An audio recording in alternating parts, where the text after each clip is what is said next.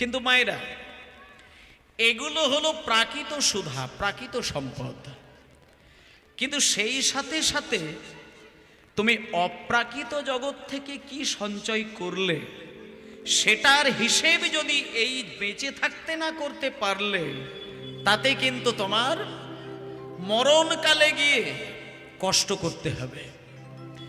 মানুষ 10 তলা 20 তলা বাড়ি তৈরি করার জন্য ভগবানের নাম তৈরি নয়। আসল রহস্যটা কোথায় দেখো? নেতাজি সুভাষচন্দ্র বসু, মা সারদা দেবী, চৈতন্য মহাপ্রভু, রামকৃষ্ণদেব, রাজা রামমোহন রায়, এনারা আলাদা আলাদা করে আমাদের জন্য সোনাদানা জমি জায়গা কিন্তু দিয়ে যায়নি। কিন্তু বৎসরে একটি করে দিন আমাদের কাছে আসে, যে দিনটা ওনাদের কথা স্মরণ নিতে গেলে আমাদের চোখে জল এসে যায়। ক্ষুদিরাম বসু তিনি হাসি মুখে বিদায় নিয়েছেন এই ভারতবর্ষের মাটি থেকে, কিন্তু সকল ভারতবাসী ক্ষুদিরাম বসুর বিশেষ একটা দিন আসলে পরে আমরা তার মাল্য দিতে গিয়ে মূর্তিতে হৃদয়টা কিন্তু ভিজিয়ে ফেলি। কেন না? তিনি প্রাকৃত জগতে টাকা পয়সা দেবার জন্য তিনি পৃথিবী ছাড়েননি। তিনি আমাদের জন্য যেটা দিয়েছেন সেটা ভাবলেই আমাদের চোখে জল এসে যায়। তাই মায়েরা, কোনো বাবা যদি ছেলের জন্য 1 কোটি টাকা 10 কোটি টাকা রেখে যায়, সেই বাবা যদি হঠাৎ করে মারা যায়, 1 বছর 2 বছর কি 3টে বছর বাবার জন্মদিন কি মৃত্যুদিন পালন করেন, কিন্তু সারাটা জীবন তাকিয়ে দেখবেন 10 কোটি টাকা দাদু নাতির জন্য রেখে দিয়ে গেলেও, বাবা ছেলের জন্য রেখে দিয়ে গেলেও, ওই ছেলেটা সারাটা জীবন কিন্তু বাবার কথা মনে করে একটা দিন মৃত্যুদিন কটা ছেলে বাড়িতে কান্নাকাটি করে দেখবেন। কিন্তু বাবার ধন সম্পত্তি নিয়েই কিন্তু নিজে রাজা হয়েছে। তাহলে প্রাকৃত জগতের সম্পত্তির মালিক হলেও তার সেই পরম আনন্দটা কিন্তু হৃদয়ে ধরা যায় না। একমাত্র প্রাকৃত সম্পদের মালিকের সাথে সাথে নিত্যদিন সকালবেলায়, দুপুরবেলায়, সন্ধ্যাবেলায়, এই ত্রিসন্ধ্যা কালে যদি তার চরণে একটুখানি নিজের মনটাকে সমর্পণ করে দেওয়া যায়, কোনো না কোনো দিন আপনি অপ্রাকৃত জগতের মালিক হবেনই হবেন, অবশ্যই হবেন।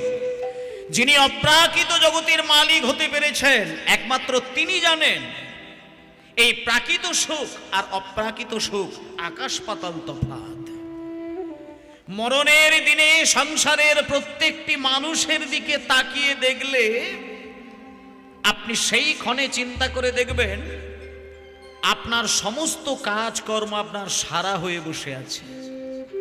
তাহলে আপনি জগৎ ছেড়ে যেদিন বিদায় নেবেন, সংসারের সমস্ত কাজ যদি আপনি দায়িত্বপূর্ণভাবে পালন করে রেখে দিয়ে জগৎ ছাড়েন, সেদিন আপনার মনে হবে আমার এই মৃত্যু অনেক সুখের মৃত্যু, আনন্দের মরণ, আমি মরে গিয়ে স্বর্গে শান্তি পাব। তাই বাড়ির মালিক যখন মারা যায় তার মরে যাওয়াটা যন্ত্রণা নয়, যন্ত্রণাটা বাড়িতে রেখে দিয়ে যদি মরে সেটাই হচ্ছে মৃত্যু যন্ত্রণা। ছেলে পুলে থাকবে, নাতি নাতনি থাকবে, বউ বাচ্চা থাকবে, আত্মীয় স্বজন থাকবে, কিন্তু মরে যাওয়ার সময় কিছু যন্ত্রণা যদি তাদের জন্য রেখে দিয়ে যায় সেটা হলো মৃত্যু যন্ত্রণা। এটা যদি তোমার না থাকে, তোমার দেখবে মৃত্যুর দিনে তোমার পরম শান্তি অনুভব হবে। তাই জন্য বলেছেন মুনি ঋষিগণ যে ওরে মানুষ কুলে যখন জন্মগ্রহণ করেছিস, জন্মের দিনে কেঁদেছিস, সংসারের ঘানি টানতে টানতে কেঁদেছিস, ভালোবাসার মানুষকে ভালোবেসে বুকে টেনে নেওয়ার পরে শেষের দিনে গিয়ে যখন তারা আঘাত করেছে সেদিন গুমড়ে গুমড়ে লুকিয়ে লুকিয়ে কেঁদেছিস, আর আজকে মৃত্যুর দিনেও তুই কাঁদবি?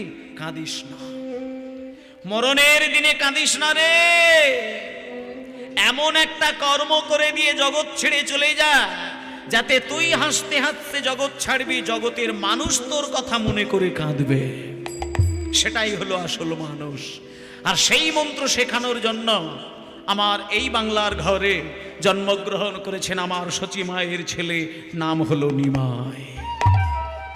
তাই ও মায়েরা, আজকে চলুন সেই নিমাই এই মাঘ মাসের শুক্লা পক্ষের একটি রাত্রিতে সবথেকে তার অন্তরের যিনি সম্পদ তিনি হলেন সচিমা।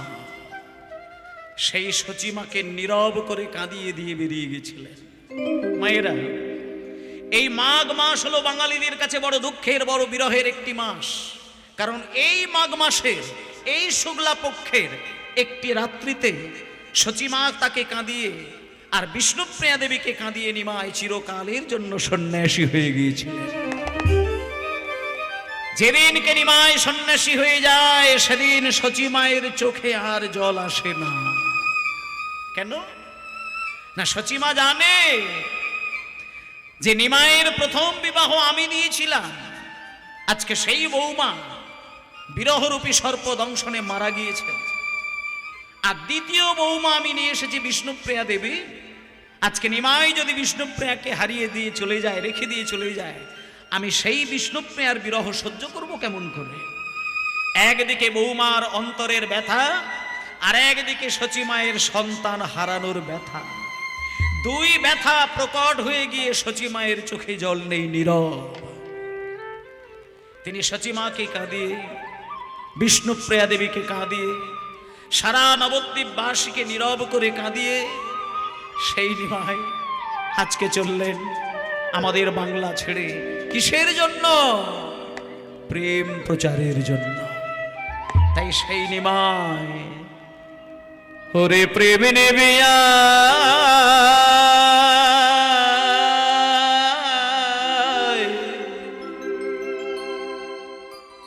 ওরে প্রেম নেবে আয় বদন ভরে, বলে রে হরি না। ওরে প্রেম নিবি আয় বদন ভরে, বলে রে হরি না।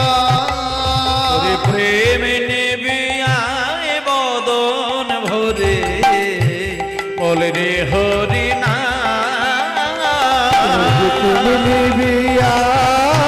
বদন ভরে, বলে রে হরি না। এই প্রেম এনেছিল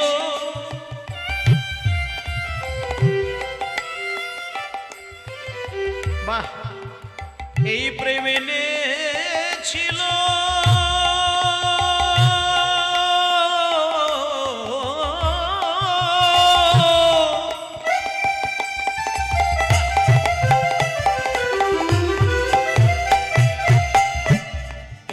মেনে ছিল ব্রজের বাঁকা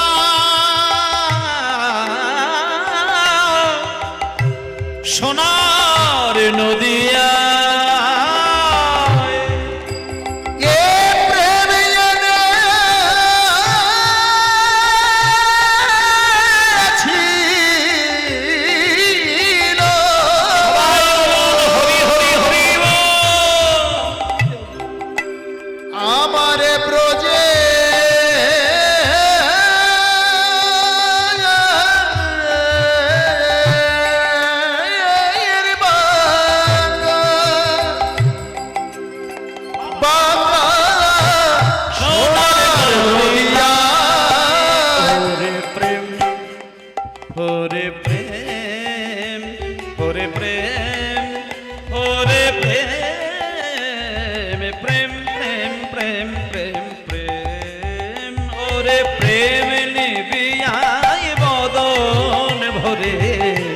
বলে রে হরি না।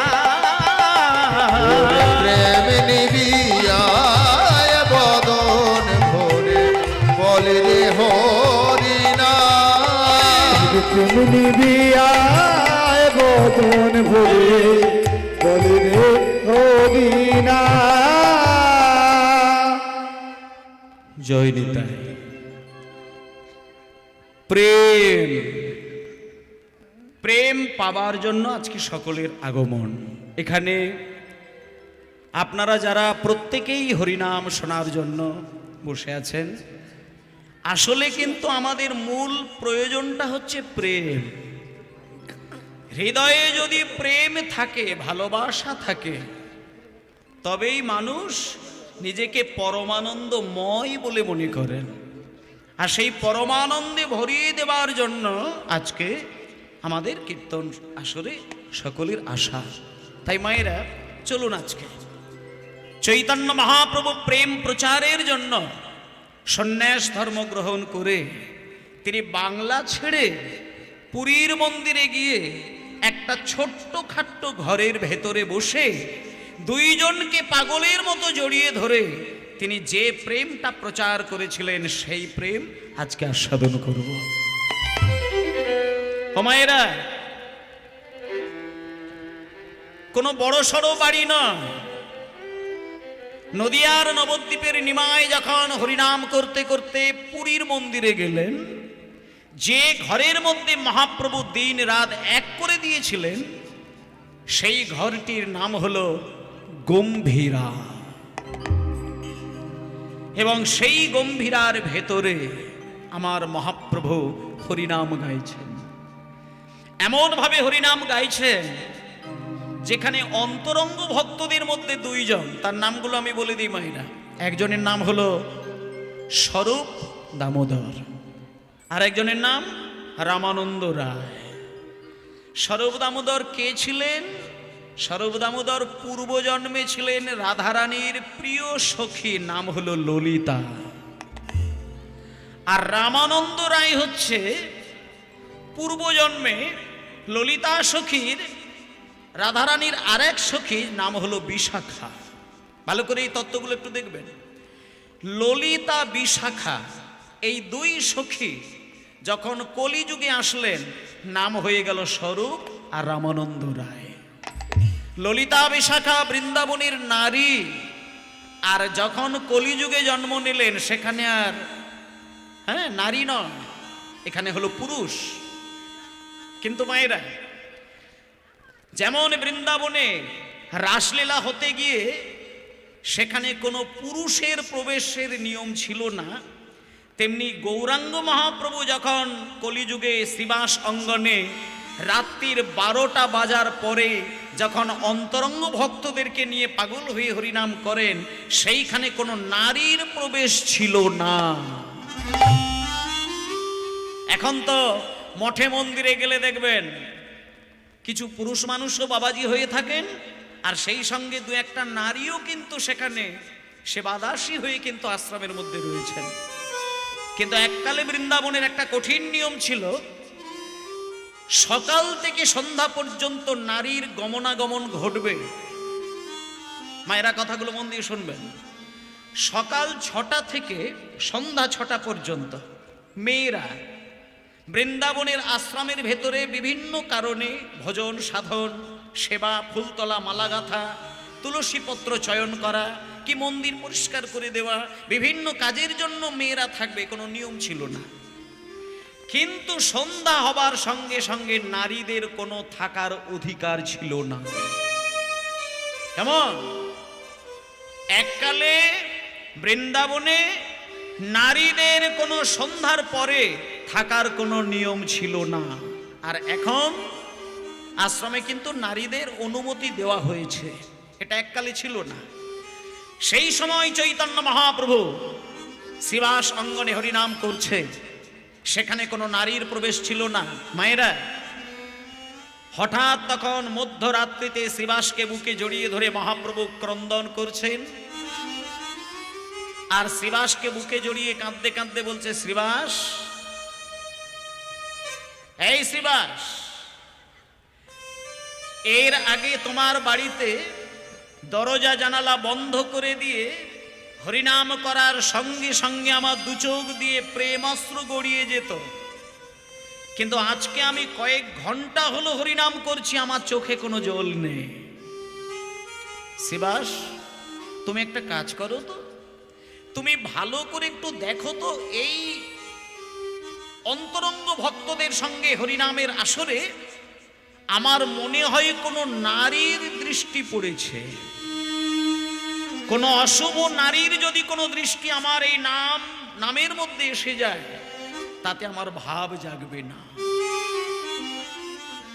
শ্রীবাস তো কিছুক্ষণ সময় নেবার পরে ঘরের বাইরে আনাচে কানাচে এদিক ওদিক, হ্যাঁ, দরজার বাইরে জানালার বাইরে চারিদিকে ঘুরে ফিরে এসে দেখে বললেন, প্রভু আমি চারিদিকে ঘুরলাম, কিন্তু কোনো নারী তো কোনো আমাদের এই হরিনামের মধ্যে নেই। যখন একথা বললেন তখন মহাপ্রভু আবার শুরু করে দিল হরিনাম। আবারও কিছুক্ষণ হরিনাম করার পরে মহাপ্রভু বললেন, শ্রীবাস, আমার বিশ্বাস আমার আজকের এই হরি নামে কোনো নারীর দৃষ্টি পড়েছে। তুমি ভালো করে একটু খেয়াল করে লক্ষ্য করে দেখো কোন নারী আমার এই হরিনামকে নষ্ট করছে। শ্রীবাস ভালো করে তন্ন তন্ন করে খুঁটিনাটি বিচার করে বিশ্লেষণ করে দেখলেন, মায়েরা, ওমা, মহাপ্রভু শ্রীবাসের যে ঘরের ভেতরে হরিনাম করছিলেন ওই ঘরের একটা দিকে ছিল একটা বাঁশের খাট, যেটা তক্তপোষ বলা হয়।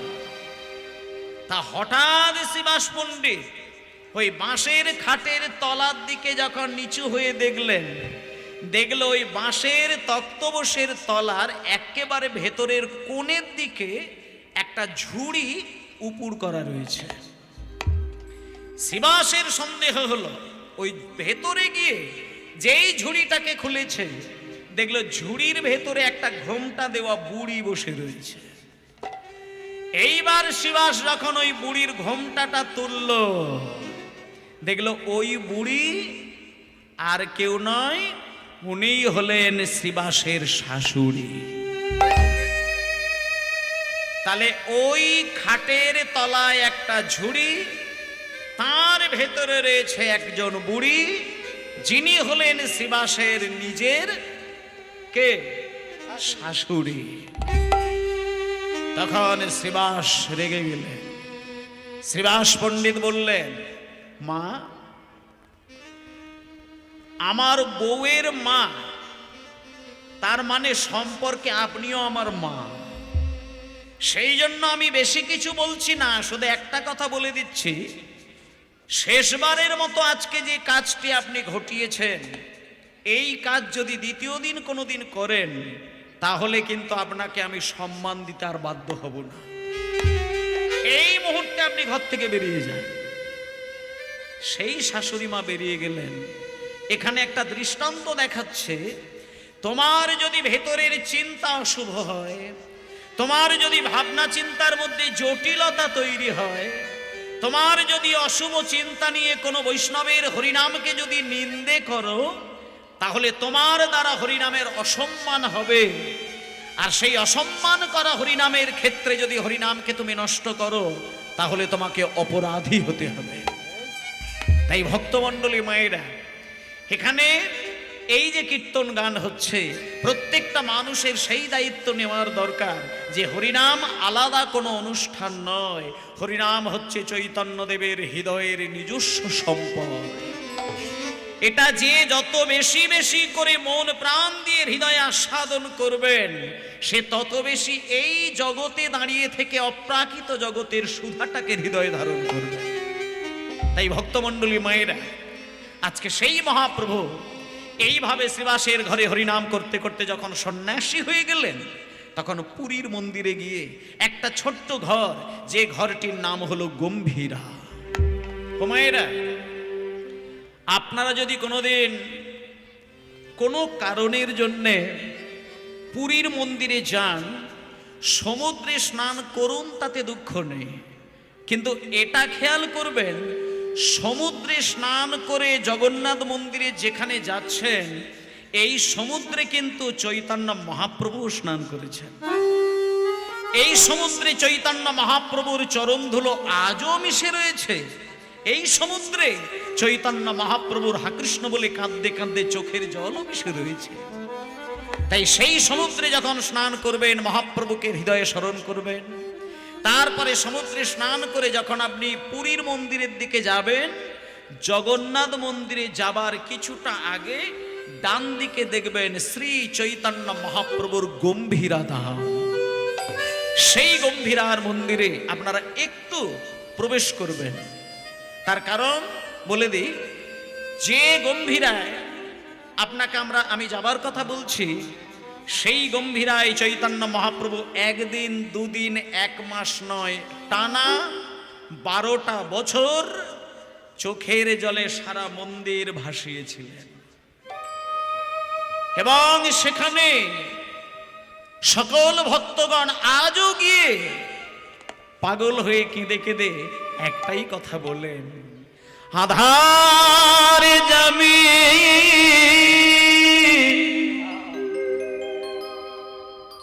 একা আমি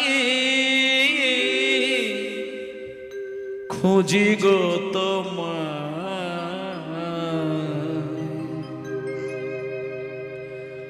হাত ধরে পার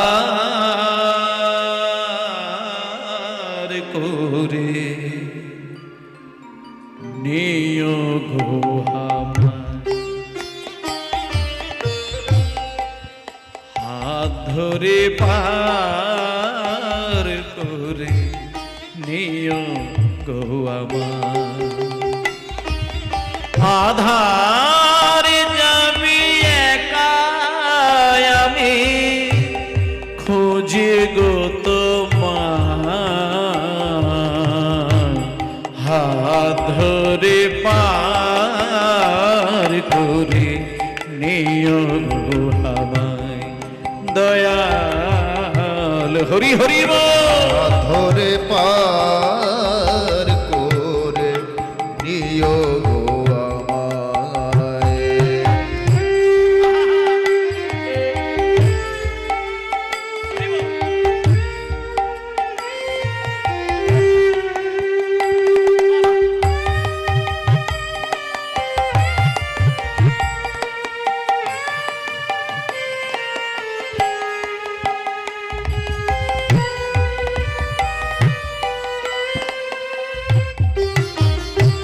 বাবা রে।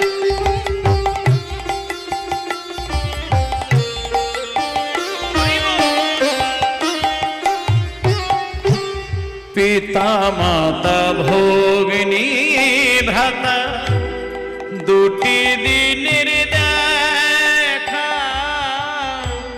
শেষের দিনে স্বজন বিনে যেতে হবে একা। পিতা মাতা ভগিনী ভ্রাতা বাহ! দুটি দিনের দেখা, শেষের দিনে স্বজন দিনে যেতে হবে একা। ভক্তমণ্ডলী মায়েরা, একটা কথা চিন্তা করে দেখবেন, সংসারের যখন কোনো কাজ করবেন তখন আপনার অন্যান্য কোনো অশুভ চিন্তা কিন্তু মাথায় মনেও আসবে না।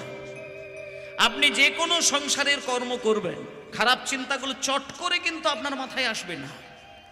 কিন্তু সবকিছু ছেড়ে দিয়ে মন্দিরে গিয়ে যখন জপের মালায় নাম করা শুরু করবেন, আপনার অজান্তেই দেখবেন খারাপ খারাপ চিন্তাগুলো আপনার মনে বেশি বেশি করে খোঁচা দেবে। তাহলে এগুলো কেন হয়?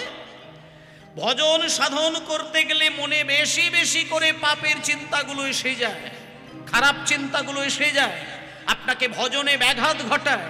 এর কারণ হচ্ছে আপনি মোহ মায়া থেকে এখনো বেরিয়ে আসতে পারেননি। সংসারকে যত বেশি ভালোবেসেছেন তত বেশি এখনো গোবিন্দের চরণকে ভালোবাসতে পারেননি। মাগো, সংসারকে ভালোবাসতে গিয়ে গাড়ি বাড়ি, আত্মীয় স্বজন, ছেলে মেয়ে, ভাই বোন, নাতি নাতনি, জামাই শ্বশুর, সবাইকে ভালোবাসতে ভালোবাসতে ভালোবাসতে যাকে ভালোবাসলে আপনি উদ্ধার হবেন তাকে ভালোবাসতে ভুলে গেলেন। এই মন যাকে তাকে দেওয়া যায় সহজ করে, কিন্তু ভগবানের বেলায় মন দেওয়া যায় না। একটা দাদু নাতিকে যতটা সহজে ভালোবাসে, এত সহজে গোবিন্দকে ভালোবাসতে পারে না। বাজারে গিয়ে যখন পেটে খিদে নিয়ে ঘোরাফেরা করবেন, তখন মিষ্টির দোকানে রসে ডোবানো ওই রসগোল্লা দেখে আপনার জিভে জল এসে যায়। কেন? তখন মনে মনে চিন্তা হয়, আহারে আমার কাছে 50টা টাকা, 10টা টাকা, 20টা টাকা যদি থাকতো, এখনই যদি দুটো রসগোল্লা নিয়ে খেয়ে এক গ্লাস জল খেয়ে নিতাম, আমার প্রাণটা জুড়িয়ে যেত, মনটা শান্তি পেত। এটা কেন হলো? এর কারণ হলো তুমি এখনো পর্যন্ত নিজের মন্দিরে বসিয়ে যে ভগবানকে সেবা দাও, সেই ভগবানকে নিজের থেকে বেশি এখনো ভালোবাসতে পারোনি। আমি অনেক মাকে দেখেছি পেটের খিদে সহ্য করে 5 বছরের ছেলের জন্য খাবার বাড়িতে নিয়ে আসে, অনেক ভালো ভালো জিনিস ছেলের জন্য নিয়ে আসবে, কিন্তু নিজেকে কষ্ট সহ্য করেন। এর কারণ নিজের থেকে বেশি কোলের বাচ্চাটাকে অনেক ভালোবাসা দেখানো যায়। কিন্তু যারা সংসারের থেকে বেশি গোবিন্দের চরণকে ভালোবাসেন, সে কিন্তু যতই ভালো খাবার বাজারে দেখতে পাক না কেন, সে নিজের পেটের চিন্তা করবে না। সে একটা চিন্তা করবে যে আমার কাছে যদি 20টা টাকা থাকতো, অন্তত 4টে রসগোল্লা কিনে নিয়ে গিয়ে আমার ওই মন্দিরের ছোট্ট গোপালকে যদি আমি সেবা দিয়ে কিঞ্চিত আমি একটু প্রসাদ করে পেতাম, না জানি আমার কত আনন্দ হতো। তাই ওমা, ভগবানের চরণে নৈবেদ্যের ডালা সাজিয়ে প্রসাদ তৈরি করে সেই প্রসাদ গ্রহণ করলে আমাদের মনে যে তৃপ্তি, যে আনন্দ, যে পরমানন্দ পাওয়া যায়, এটা যেদিন তোমার আসবে সেদিন জানবে তুমি এতদিনে সংসারের থেকে বেশি গোবিন্দকে ভালোবাসা দিলে। কিন্তু আমাদেরকে গোবিন্দের চরণ বেশি টানে না, আমাদেরকে বেশি বেশি করে পাগল করে কে? পিতা মাতা ভগ্নী ভ্রাতা, দুটি দিনের দেখা, শেষের দিনে স্বজন বিনে যেতে হবে একা। পিতা মাতা ভগিনী ভ্রাতা, দুটি দিনের দেখা, শেষের দিনে স্বজন বিনে যেতে হবে একা। ও চরণে ভক্ত গণে, ও চরণে ভক্ত গণে, ঠাই জানি পাই, হাত ধরে পার করে নিয়োগ আধার যাবি একা, আমি খোঁজি গো তোমায়, হাত ধরে পার করে নিও গো আমায়। দয়াল হাত ধরে পার করে নিও গো আমায়, দয়াল হাত ধরে পার করে দিও গো আমায়। হরিব। পিতা মাতা, নিজের জন্ম দেওয়া সন্তান, ছেলে মেয়ে, নাতি নাতনি, আত্মীয় স্বজন, সবাই আমাদের আপনজন।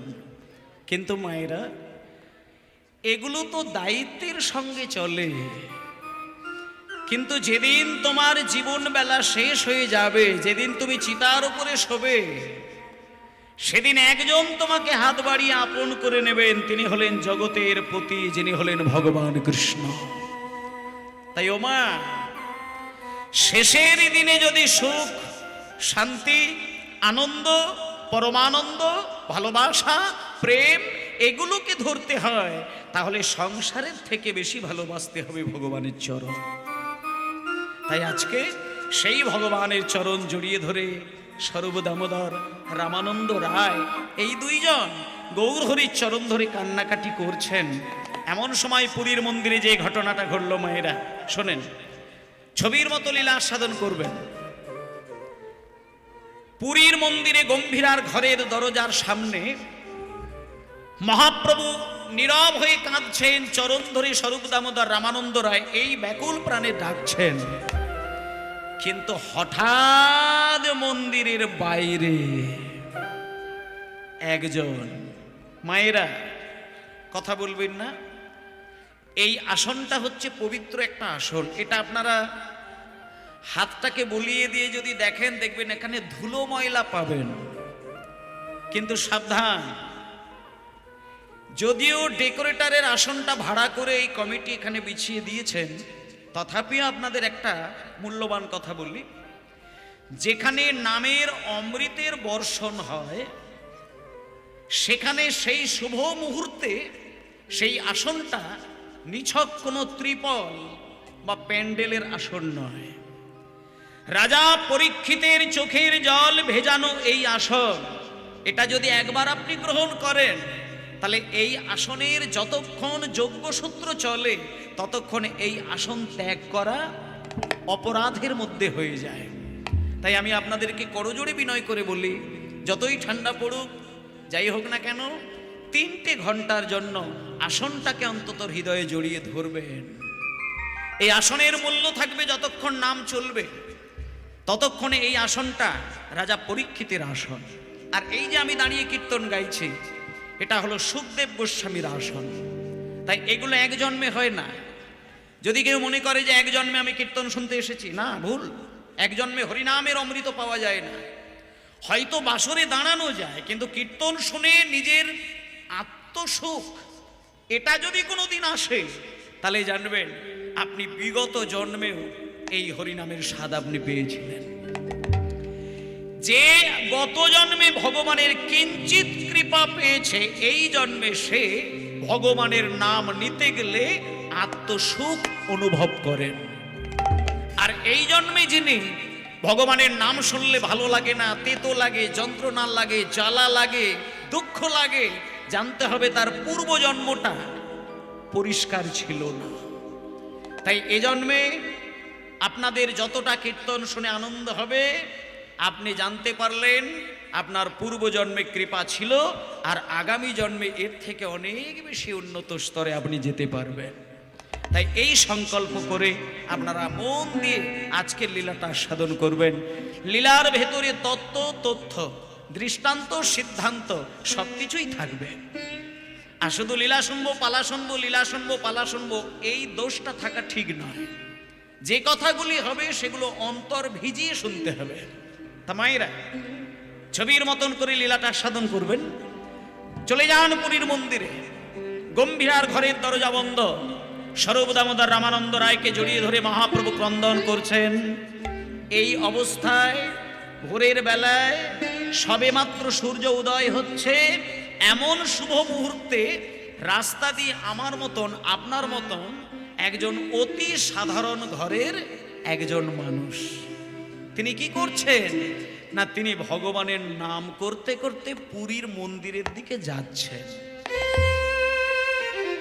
এখন তো আপনি সমুদ্র থেকে পুরীর মন্দিরে যেতে গেলে সব ওই গজার দোকান আর ওই খাজার দোকানে তো পরিপূর্ণ, কিন্তু এককালে কিন্তু ওসব ছিল না। এখন খাজা গজা এগুলো তো একবারে ঠেসে গিয়েছে, কিন্তু তখন সেটা ছিল না। তা আজকে যদি আপনারা সেখানে যান, ওই গজার দোকান, খাজার দোকান, নানান কিছু দোকানের মধ্য দিয়ে ডান দিকে খেয়াল রাখবেন একটা গম্ভীরা ধাম। সেই গম্ভীরা ধামে একটা অলৌকিক ঘটনা ঘটেছিল। একদিনকে মহাপ্রভু সকালবেলায় পাগলের মতো কৃষ্ণ নাম গাইছেন, আর এই অবস্থায় ওই যে রাস্তা, যে রাস্তা দিয়ে এখন আপনারা যান, ওই রাস্তাতে আমার মতন, আপনার মতন একজন অতি সাধারণ ঘরের এক বাবা সমুদ্রে স্নান করে হরিনাম গাইতে গাইতে হরে কৃষ্ণ কৃষ্ণ কৃষ্ণ হরে হরে, হরে রাম রাম রাম হরে হরে। সবাই বলুন হরি হরি বল। কৃষ্ণ হরে কৃষ্ণ, কৃষ্ণ কৃষ্ণ হরে হরে, হরে রাম হরে রাম, রাম রাম হরে হরে, হরে কৃষ্ণ কৃষ্ণ কৃষ্ণ হরে হরে, হরে রাম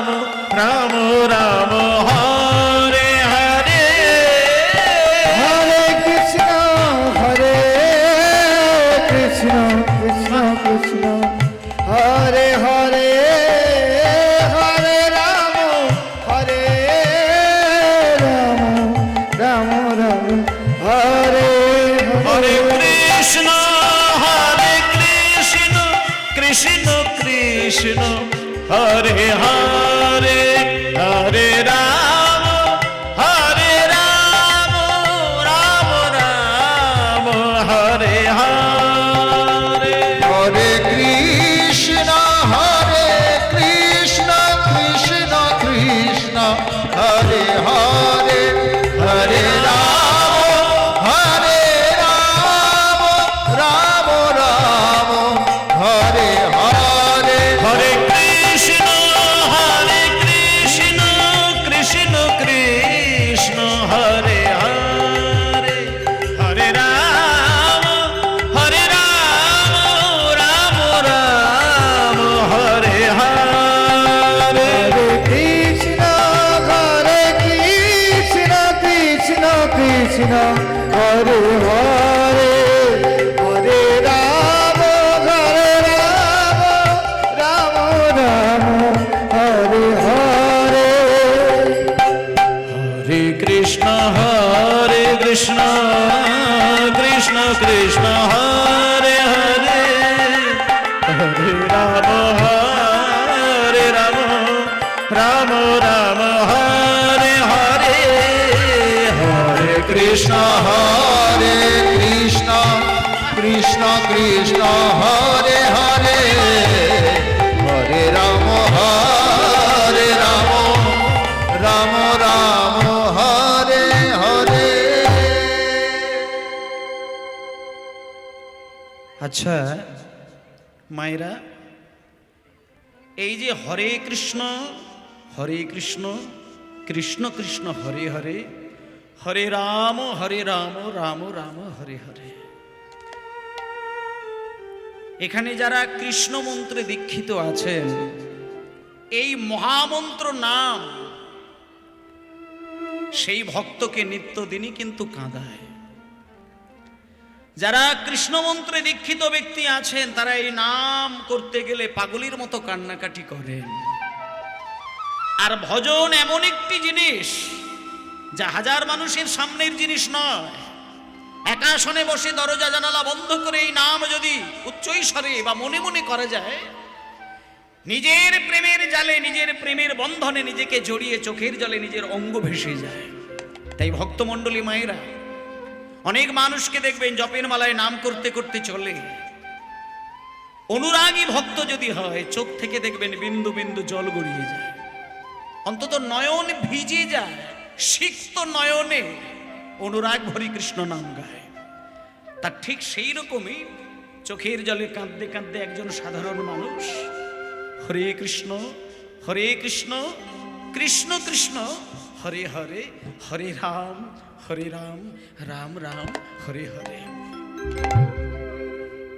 এই মন্ত্র কোনো কিছু ভেবে নয়, কে দেখলো, কে বুঝলো, কে শুনলো, কে না শুনলো, এটা চিন্তা করে তিনি গাইছেন না। তিনি শুধু জগন্নাথের চরণে আত্মনিবেদনের জন্য এই নাম গাইছেন, কিন্তু এই নাম পৌঁছে গেল মহাপ্রভুর কানে। খুব ধ্যান দিয়ে কথাগুলো অনুভব করবেন, উপলব্ধি করবেন মায়েরা। রাস্তা দিয়ে সাধারণ মানুষ অনুরাগ ভরে এই নাম গাইছে, সেই নাম মহাপ্রভুর কানে গিয়ে হৃদয়কে গলিয়ে দিয়েছেন। আর সঙ্গে সঙ্গে মহাপ্রভু সর্বদামোদর আর রামানন্দ রায়কে ছেড়ে দিয়ে উন্মাদের প্রায় গোরা ছুটি ছুটি ধায় হরিব উন্মাদের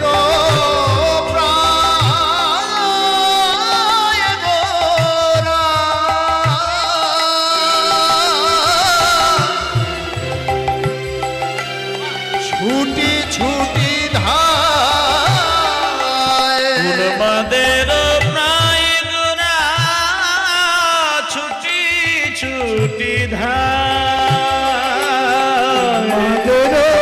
প্রায় গোরা ছুটি ছুটি যায়। এবার জি করে গোবিন্দ তারে পায়, যে করে গোবিন্দ নাম ধরে তারে পায়, যে করে গোবিন্দ নাম ধরে তারে পায়, ধরে তার পায়, করে গোবিন্দ নাম ধরে তারে পায়। ও বাবা, লীলা শ্রবণ করতে গেলে ঠিক এমন ভাবে লীলা শ্রবণ করা উচিত, কান দিয়ে শুনছেন, চোখ দিয়ে আমাকে দেখছেন, কিন্তু লীলাটা না নাটকের মতন, ছবির মতন হয়ে, সিনেমার মতন করে আপনার হৃদয়ে দেখবেন ধরা দিয়ে দেবে। আর লীলার মধ্যে যদি একবার ডুব দিয়ে দিতে পারেন, ওই লীলা কিন্তু আপনাকে কাঁদিয়ে দেবে। আর এইটুকু আমি নিশ্চিত বলতে পারি, হরিবাসরে কীর্তন শুনতে এসে যদি কোনো মানুষ নাম শ্রবণের দ্বারা চোখটাকে ভিজিয়ে তুলতে পারেন, আলাদা করে মন্দিরে গিয়ে তাকে ডালা সাজিয়ে মালা ঝুলিয়ে সেবা দিতে লাগে না। কারণ মহাপ্রভু অযাচিতভাবে সেই ভক্তকে ঢেলে কৃপা করে, যে ভক্ত তার নাম অমৃত আস্বাদন করতে গিয়ে নয়ন জলে বক্ষ ভাসায়। তাই আমি আপনাদেরকে এইটুকু শুধু বলে যাই, যে কীর্তন শুনতে গেলে চোখ ভেজে না, হৃদয় দোলে না, চোখে জল আসে না, সেই হরিনামে চৈতন্যদেবের চরণের কৃপা হয় না। ছেলে যদি মাকে একটা বাজে কথা বলে, মা 24 ঘন্টা কাঁদে। স্বামী যদি স্ত্রীকে নোংরা ভাষায় গালিগালাজ করে, বছরের পর বছর, মাসের পর মাস, স্ত্রী কাঁদতে কাঁদতে বালিশ ভিজিয়ে দেয়। কিন্তু মন্দিরে গিয়ে মালা দিতে গিয়ে, চন্দন দিতে গিয়ে, তুলসী পত্র দিতে গিয়ে কজন মানুষ চোখের জলে গোবিন্দের চরণ ধুইয়ে দেয়। যদি কোনোদিন ভগবানের নাম করতে গিয়ে চোখ থেকে টপ টপ করে জল গড়িয়ে যায়, তাহলে জানবেন আপনাকে আলাদা করে আর মঠে মন্দিরে কিচ্ছু করতে লাগবে না। তীর্থে তীর্থে বেড়াতে যাবার প্রয়োজন হবে না। দামি দামি ডালা সাজিয়ে ভগবানকে দিতে লাগে না। ভগবান একটা জিনিসই ভক্তের কাছে সর্বস্ব হারা হয়ে বিক্রি হয়ে যায়, সেটা হলো ভক্তের দুবিন্দু নয়নের জল। তাই ওমা শুধু চোখের জলে হরিনাম করছিল বলে চৈতন্য দেবের হৃদয় দুলে গেল, ছুটে এসে সাধারণ মানুষের পা দুটো জড়িয়ে ধরলেন। সাধারণ মানুষ বলছেন প্রভুর চোখের দিকে তাকিয়ে, শোনে চৈতন্য মহাপ্রভু তিনি হচ্ছেন ভগবান, আর যার পা জড়িয়ে ধরেছেন তিনি হচ্ছেন আমাদের মতো সাধারণ ঘরের একজন মানুষ।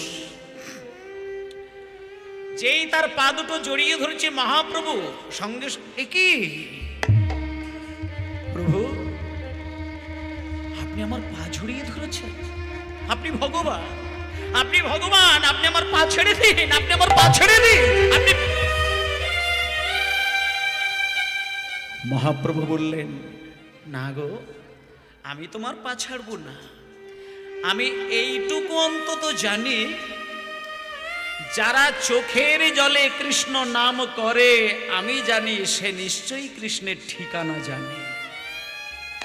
ও মায়েরা, মহাপ্রভু আজকে সাধারণ মানুষের পা দুটো জড়িয়ে ধরে বলছে, শোনো গো, তুমি সকাল বেলায় সমুদ্রে স্নান করে জগন্নাথের পথে যেতে যেতে যেহেতু চোখের জলে কৃষ্ণ নাম করেছো, আমি জানি তুমি নিশ্চয়ই কৃষ্ণের ঠিকানা জানো।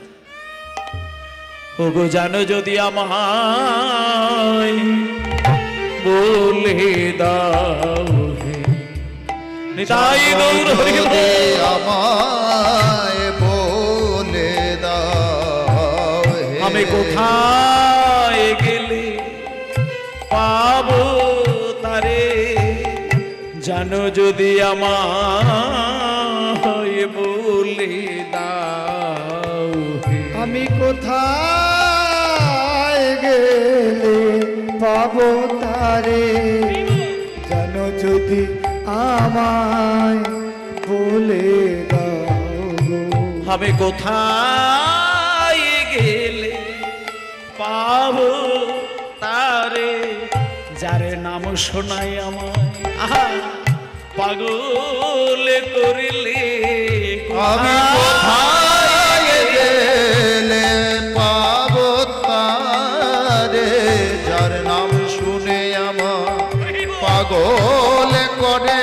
আমি কোথায় গেলে পাবো তারে, যার নাম শোনাই আমায় তুমি পাগল করিলে। আমি কোথায় গেলে পাবো তারে, নাম শুনে আমার পাগল করে। যার নামে এত মধু আছে, নাম শোনাই পাগল করবে। এত মধু আছে, নাম শুনে পাগল করে। নামে এত মধু আছে, নাম শুনে আমার পাগল করে। নামে এত মধু আছে, জানো যদি আমায় বলে দাও গো। ভক্তমণ্ডলী মায়েরা, রিবাবটা হালকা কম। এই এতক্ষণ ধরে একটা বিষয় কিন্তু পরিষ্কার হয়ে গেল, আমাদের কাছেও হলো আপনাদের কাছেও হলো। সেটা কি না, মহাপ্রভু শুধু চোখে জল দেখলে আর হৃদয়ে ভক্তি দেখলে, মুখে কৃষ্ণ নাম দেখলে, মহাপ্রভু নিজে এসে সেই ভক্তের চরণ জড়িয়ে ধরে। তাহলে বুঝতে পারছেন ভগবান কত বড় দয়াময়। ভগবানকে কিচ্ছু চাইতে হবে না, ভগবানের কাছে ডেকে ডেকে দুঃখের কথা বলতে হবে না, শুধু তার নাম করতে করতে কেঁদে যাও। তিনি অন্তর্যামী, তিনি নিজে এসে তোমার হৃদয়ের দরজা খুলে তোমার সকল খবর তিনি নিজেই দেখে নেবেন। যারা মনে করে ভগবানকে জানালে পরে ভগবান জানতে পারে, তারা মূর্খের মতো ভাবনা চিন্তা করেন। ওমা, মুখে ভাষা দিয়ে ডাকলে পরেই যদি ভগবান জানতো, তাহলে যারা বোবা হয় তাদের কথা তো ভগবান শুনতে পাবে না। যারা অন্ধ হয় তারা তো ভগবানকে দেখতে পাবে না। যারা মূর্খ হয় তারা তো ভাষা দিয়ে ভগবানকে বোঝাতে পারবে না। শোনেন, ভগবান ভাষা বোঝে না, ভগবান মন্ত্র বোঝে না, ভগবান সেবা বোঝে না, ভগবান শুধু ভক্তের ভক্তিটাকে গ্রহণ করে। ভক্তি কাকে বলে? নিঃস্বার্থে, বিনা স্বার্থে, বিনা শর্তে, শুধু চোখের জলে যার নাম করতে গিয়ে ভক্ত কাঁদেন, সেই হয় একমাত্র ভক্ত। তাই জন্য মায়েরা, আজকে আমরা চৈতন্য দেবের ভগবান হয়ে ভক্তকে কেমন করে কৃপা করেছেন, আজকে আমরা অবশ্যই সে লীলা কাহিনী মন দিয়ে শুনলাম। এইবার চলুন সবাই মিলে একটুখানি চলে যায় মধুময় শ্রীধাম বৃন্দাবনে।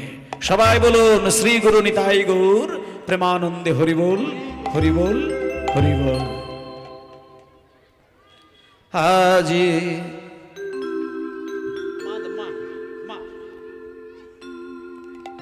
আজি মুরলী বাজে প্রেম বৃন্দাবনে,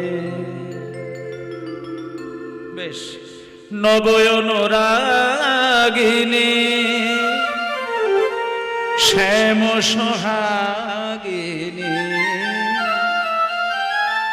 নবয়ন রাগিনী শ্যাম সোহাগিনী, অভিসারে চলে রাধা কুঞ্জবনে, মুরলী বাজে প্রেম বৃন্দাবনে, আজি মুরলী বাজে নিতাই গৌর হরিবোল বৃন্দাবনে, আজি মুরলী বাজে প্রেম বৃন্দাবনে, নবয়ন রাগিনী শ্যাম সোহাগিনী, নয়ন রাগিনী শ্যাম সোহাগিনী, নবয়ন রাগিনী শ্যাম সোহাগিনী, সারে চলে রাধা কুঞ্জ বনে, অভিসারে চলে রাধা কুঞ্জ বনে মুরলি বাজে প্রেম বৃন্দাবনে আজি মুরলি বাজে প্রেম বৃন্দাবনে আজি মুরলি বাজে প্রেম বৃন্দাবনে কোকিল কুহু কুহু গাহে তরু শাখে মিলনে চলে রাধা মুখ শশী ঢাকে কোকিল কুহু কুহু গায়ে তরু শাখে মিলনে চলে রাধা মুখ শশী ঢাকে কোকিল কুহু কুহু গাহে তরু শাখে মিলনে চলে রাধা মুখ শশী ঢাকে সুরভিত বন তলে ফুল্ল কুসুম দলে সুরভিত সুরভিত বন তলে ফুল কুসুম দলে মোহিত অলি কুল গুঞ্জরণী মুরলি বাজে প্রেম বৃন্দাবনে আজি মুরলি বাজে প্রেম বৃন্দাবনে আজি মুরলি বাজে প্রেম বৃন্দাবনে সবাই বলুন মধুময় শ্রীধাম বৃন্দাবন ধাম কি জয় মধুময় শ্রীধাম বৃন্দাবন ধাম কি জয় মধুময় শ্রীধাম বৃন্দাবন ধাম কি জয় মায়েরা আজকে এখানে কীর্তন গানের প্রথম দিন। আজকে মূলত আমি আপনাদেরকে ভক্তির জায়গাটাকে ধরে কীর্তন গাইব। কীর্তন বিভিন্নভাবে গাওয়া যায়, শুধু নাচ গেয়ে গিয়ে কীর্তন গেয়ে দেওয়া যায়, আর শুধু তত্ত্ব বলে বলে লীলা গেয়ে দেওয়া যায়। কিন্তু ভাবাবেগটাকে যদি ভক্তির কাছে তুলে ধরা না হয় তাহলে সেটা ভক্তদের মনের আক্ষেপটা কিন্তু পরিষ্কার হয় না। তাই জন্য আজকে আমি মূলত ভক্তিটাকে একটু ধরিয়ে দেওয়ার জন্য, শোনেন, রাধারানী কৃষ্ণ কৃষ্ণ বলে কাঁদে, এটা প্রত্যেকেই জানেন, আপনারাও জানেন, আমরাও জানি। কিন্তু একটা বিষয় হচ্ছে কি জানেন, রাধারানী যে কৃষ্ণ বলে কেঁদেছিলেন এটা সাধারণ মানুষ জানেন, কিন্তু কেমন ভাবে কেঁদেছিলেন সেটা কিন্তু সকলের জানা নেই। তাই মায়েরা চলুন আজকে আমরা দেখব যে রাধারানী সত্যিকারের কৃষ্ণকে কেমন করে ভালোবাসতেন। মানে জগতে কোনো নারীর যদি দুটো স্বামী হয় তাহলে সেই নারীকে জগতের মানুষ কেমন দৃষ্টিতে দেখেন, আর যদি একটা স্বামী হয় তাহলে সেই নারীর স্থান হয় কোথায়, একটুখানি শুনে নিন। রাধারানীর একজন স্বামী নয়, রাধারানীর দুইজন স্বামী। একদিনকে প্রভাতকালে শ্রীমতী রাধারানী মনের দুঃখে একটা কথা চিন্তা করছে যে আমার শাশুড়ি আর ননদী দুইজনে আমাকে কলঙ্কিনী বলে বলে আমাকে শেষ করে দিচ্ছে। কিন্তু আমি এইটুকু জানি যে যে সমস্ত পতিব্রতা নারী একজন স্বামীর চরণ সেবা করে, দ্বিতীয় কোনো স্বামীর দিকে তাকায় না, আমি বলবো রাধারানী হয়ে তিনি হচ্ছেন কলঙ্কিনী। আর যে দুজন স্বামীর সম্মান করে যায় তাহলে তাকে কেউ কলঙ্কিনী বলে না। এটা রাধারানীর একটা মনের অহংকার বলতে পারেন, গর্ব বলতে পারেন, এটা রাধারানীর দিক থেকে একটা আনন্দের খবর বলতে পারেন। রাধারানী এইটুকু পরিষ্কার যে আমি দুটো স্বামীকে সমানভাবে আমার হৃদয় সিংহাসনে বসিয়ে রেখেছি। তাহলে দুজন স্বামীকে, একজন স্বামী হলো আমার দেহপতি আয়ান, আর দ্বিতীয় স্বামীকে না, দ্বিতীয় স্বামী হলো আমার জগৎপতি ভগবান কৃষ্ণ। তাই মায়েদেরকেও কথা একটা বলি, দেহপতির ভালোবাসা, দেহপতিকে সেবা করা, দেহপতির সম্মান করা, এটা প্রত্যেকটি স্ত্রীর অবশ্যই কর্তব্য।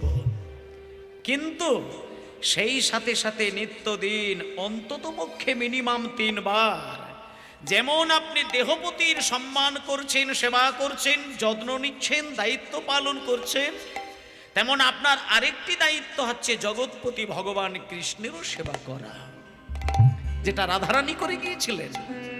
তবুও কিন্তু রাধারানীকে সমানে দোষ পেতে হয়েছিল, কিন্তু রাধারানী তাতে কোনোদিন দুঃখ পায় না। তিনি হাসতে হাসতে কাঁদতে কাঁদতে যখন যেটা মনে হতো সেটা ভাবতেন যে আমি আমার দেহপতি আয়ান, তার তো যত্নের ভুল ত্রুটি করিনি, আর গোলেগতিপতি ভগবান কৃষ্ণের চরণ সেবা তো আমি ভুল করিনি। তাই আমার শাশুড়ি ননদী আমার যতই দোষ দেখো, আমি কিন্তু দোষী নই, আমি কিন্তু কলঙ্কিনী নই। ও মায়েরা শোনেন, এখানে কারা কালী ঠাকুরের পুজো করেন, যারা দুর্গা পুজো করেন, যারা জগদ্ধাত্রী পুজো করেন, যারা একাদশীর ব্রত পালন করেন, যারা সূর্য পুজো করেন, প্রত্যেকের জন্য বলি একটা কথা। রাধারানী একদিন ভগবান কৃষ্ণকে পাবার জন্য ব্যাকুল হয়ে ক্রন্দন করেছিলেন, কিন্তু কৃষ্ণ রাধারানীকে তার প্রতিদানে 100টা বছর ধরে এক জায়গায় কাঁদিয়েছিলেন, এবং তার জন্য রাধারানীর কি দশা হয়েছিল দেখুন মায়েরা। অনেকে মনে মনে চিন্তা করে না যে ভগবানকে যে বেশি ভালোবাসে ভগবান নাকি তাকে চরম কষ্ট দেয়, কিন্তু আপনাদের এই ক্ষেত্রে একটা কথা বলি, ও মা, ভগবানকে ভালোবাসলে ভগবান কষ্ট দেয় না। ভগবানকে যখন তুমি ভালোবাসবে তখন তার কাছে তুমি যখন কান্নাকাটি করবে, তোমাকে সচেতন হয়ে দেখতে হবে। তুমি আজকে মন্দিরে বসে কান্নাকাটি করতে গিয়ে চোখ থেকে যে জলটা তুমি মন্দিরে টপ টপ করে ফেললে, ওই জলটা যদি মায়ার কান্না হয় তাহলে কিন্তু ভগবান তোমাকে আরো বেশি ব্যথা দেবে। যে সন্তানের দুঃখ ভগবানের কাছে শোনাতে যায়, যে স্বামীর কষ্টের কথা ভগবানের কাছে কেঁদে কেঁদে বোঝাতে যায়, যে বিষয় সম্পত্তির জ্বালা যন্ত্রণার কথা ভগবানের কাছে বোঝাতে যায়, ভগবান তাকে আরো বেশি বেশি করে বিষয় জালে জর্জরিত হয়ে কাঁদায়। কিন্তু সবকিছুকে ভুলে কেউ যদি প্রেমের জালে ভগবানের কাছে কাঁদে, ভগবান তাকে পরম শান্তি দেয়। এবার আপনি বুঝবেন কি করে কোনটা মায়া কান্না, কোনটা প্রেমের কান্না? চামড়ার চোখ তো একটাই থাকে, জল কিন্তু 2 রকমের বয়ে যায়। আপনি যদি কোনোদিন ভগবানের কাছে চোখ বন্ধ করে ভগবানকে নানান কথা বলতে গিয়ে যদি দেখেন আপনার চোখ থেকে 1 বিন্দু জল গড়িয়েছে, কিন্তু জলটা গরম জল, আর ওই জল যখন আপনার জিভের উপরে পড়বে জলের স্বাদ হবে হালকা নোনতা স্বাদের, তখন আপনি জানবেন ওটা আপনার ভগবানকে ভালোবাসার কান্না নয়। ভগবানকে ভালোবেসে যে ব্যক্তি কান্নাকাটি করে, ভগবানকে প্রেমের ডোরে বেঁধে যে ব্যক্তি ভগবানের উদ্দেশ্যে কাঁদেন, সেই চোখের জল কোনোদিন নোনা স্বাদের হয় না, সেই চোখের জল কোনোদিন গরম জল হয় না, সেই জল হবে ঠান্ডা বরফের মতো। সেদিন জানবেন আপনি এতদিনে ভগবানকে ভালোবাসলেন। ওমা, যেটা শ্রীমতী রাধারানী করেছিলেন। ঠায়ে বসে নিজের পতি দেবতা ভগবান কৃষ্ণের জন্য 100 বছর কেঁদেছিলেন। কিন্তু মায়েরা, ভোলানাথের পুজো যারা করেন, একটুখানি একটা কথা বলি, শিব ঠাকুর হচ্ছেন পরম বৈষ্ণব। শিব একজনের জন্য কাঁদে, সেটা হলো পরম ব্রহ্ম কৃষ্ণ। এই যে অনেকে শিবের মাথায় জল ঢালে ভালো স্বামী পাবার জন্য, একটা কথা বলি, বর পাবার জন্য শিবের মস্তকে জল ঢালা হয় না, স্বামীকে ভালো রাখার জন্য শিবের চরণে জল ঢালা হয় না। শিব হচ্ছেন শ্রেষ্ঠ বৈষ্ণব, তিনি বৈরাগ্য জানেন, ত্যাগ জানেন, ভোগকে সরিয়ে দিয়ে বৈরাগ্যকে সর্বোচ্চ স্তরে রাখতে জানেন। তাই কেউ যদি শিবের মাথায় জল ঢালেন তাহলে তার ভেতরে বৈরাগ্যটা বিকশিত হয়। আর কোন স্বামীর মধ্যে যদি ত্যাগ থাকে, বৈরাগ্য থাকে, চৈতন্য জাগে, সেই স্বামীকে নিয়ে স্ত্রী কিন্তু হাসি মুখে সংসার করেন। শিবের উপাসনা করলে আপনার স্বামী বৈরাগ্য ধর্ম পালন করবে। স্বামী শিবের মতো যদি হয়ে যায় তাহলে আপনি ঘর করতে পারবেন না। শিব তো গাঁজা ছাড়া দিন কাটায় না, শিব তো শ্মশানে শ্মশানে ছাই মেখে ঘুরে বেড়ায়, আর শিব তো বাঘের ছাল পরে ঘুরে বেড়ায়। কিন্তু আপনার স্বামী যদি বাঘের ছাল পরে ঘোরে, আপনার স্বামী যদি ছাই মেখে ঘুরে বেড়ায়, আপনার স্বামী যদি রাত দিন গাঁজা খেয়ে ঘুরে বেড়ায়, তাতে করে আপনি সেই স্বামীর ঘর করতে পারবেন না। তাহলে কিসের জন্য শিবের সেবা? শিব ঠাকুর হলো পরম বৈষ্ণব। কি বৈষ্ণব না? ত্যাগ শেখাতে জানেন। তাই প্রত্যেক মাকে আমি বলে দিই, মা, শিবরাত্রির দিনে সারা রাত্রির ধরে যদি আপনি শিবের উপাসনা করেন, তাতে আপনার বাড়িতে যত যত ব্যক্তি রয়েছেন, সেটা মা হতে পারে, বাবা হতে পারে, স্ত্রী হতে পারে, স্বামী হতে পারে, সন্তান হতে পারে, নাতি নাতনি হতে পারে, শিবের মস্তকে জল ঢাললে এইটুকু বাসনা করবেন, হে পরম বৈষ্ণব দেবাদিদেব মহাদেব, তোমার চরণে আমি জল ঢেলে আমার সংসারের প্রত্যেকটি মানুষকে শুধু বৈরাগ্যটাকে শেখাতে চাই। আর কারোর মধ্যে যদি বৈরাগ্যটা জাগে, ত্যাগ যদি জাগে, সেই মানুষ সংসারে কোনোদিন দুঃখ দেয় না। যাদের ভেতরে বৈরাগ্য জেগেছে, ত্যাগ জেগেছে, আসক্তি থেকে নিজেকে সরিয়ে আসতে পেরেছে, সেই মানুষকে নিয়ে হাসি মুখে ঘর করতে প্রত্যেকটি মানুষ পারেন। তাই জন্য মায়েরা, আজকে শিব কোনোদিন কাঁদে না কারোর জন্য। যদি কাঁদেন, কার জন্য কাঁদেন? কৃষ্ণের জন্য কাঁদেন। তাহলে দেখলেন তো, শিব কিন্তু কৃষ্ণের নাম করেন। এবার একদিনকে শিব ঠাকুর কৃষ্ণের জন্য কান্নাকাটি করল না। এইখানটা একটা উল্টো ব্যাপার হয়ে গেল।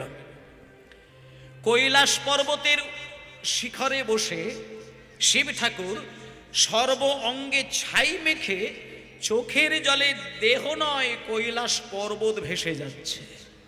ভালো করে খেয়াল করে দেখবেন।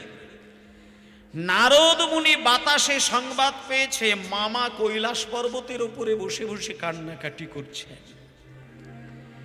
এই দৃশ্য নারদ মুনি এসে দেখা মাত্র মামির কাছে চলে গেছে, মানে দুর্গার কাছে। দুর্গার কাছে গিয়ে নারদ মুনি বলছে, মামি,